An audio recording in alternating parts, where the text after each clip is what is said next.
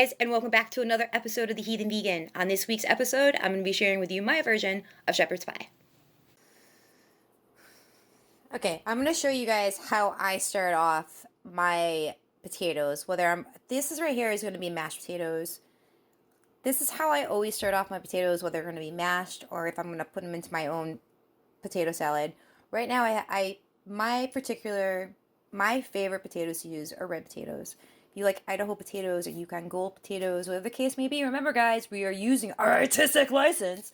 Anyway, so I just started doing this recently. I don't watch cooking shows, so I don't know how other people go about their business with their food. I just started doing this recently, and I started doing this recently because of the fact that I no longer put soy milk or any type of milk into my mashed potatoes when I mash them, and I don't do that because I realize that even when I get the plain soy milk, that they put sugar in it, and since I don't eat a lot of sugar, since I don't consume a lot of sugar, I can taste the sugar in just about everything that I use it to bake in if I'm not, and just about everything I use to cook in if I'm not using it to bake with.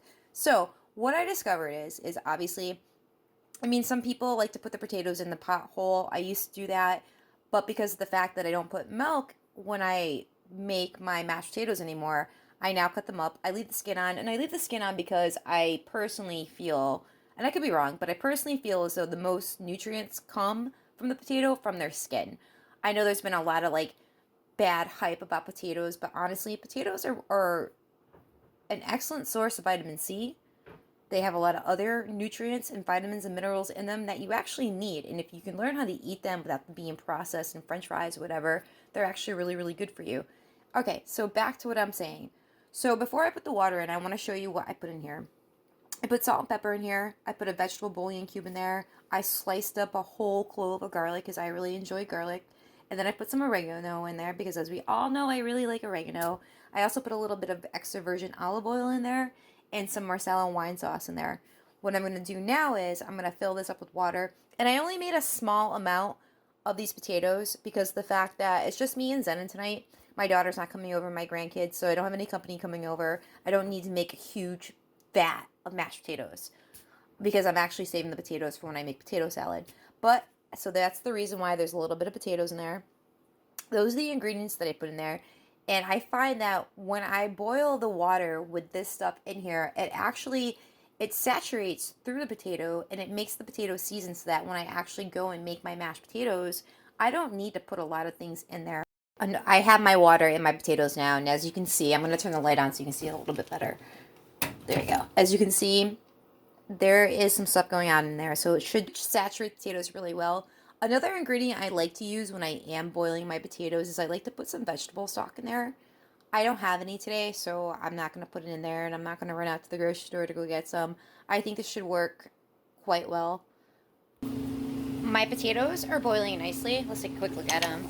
Oh yeah, you probably can't see that color because of the steam coming out, but it's a nice vegetable broth type color.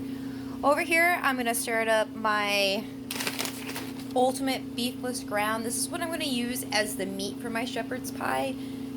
So in my pan, I put some vegetable oil. I put some Marsala wine sauce. That cube you see right there is no beef.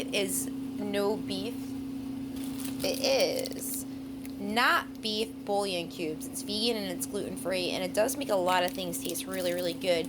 I also put in this right here. This is a vegan Worcestershire sauce. This actually accentuates a lot of recipes that I use. In addition to that, I cut up another clove of garlic. I put some onions in it.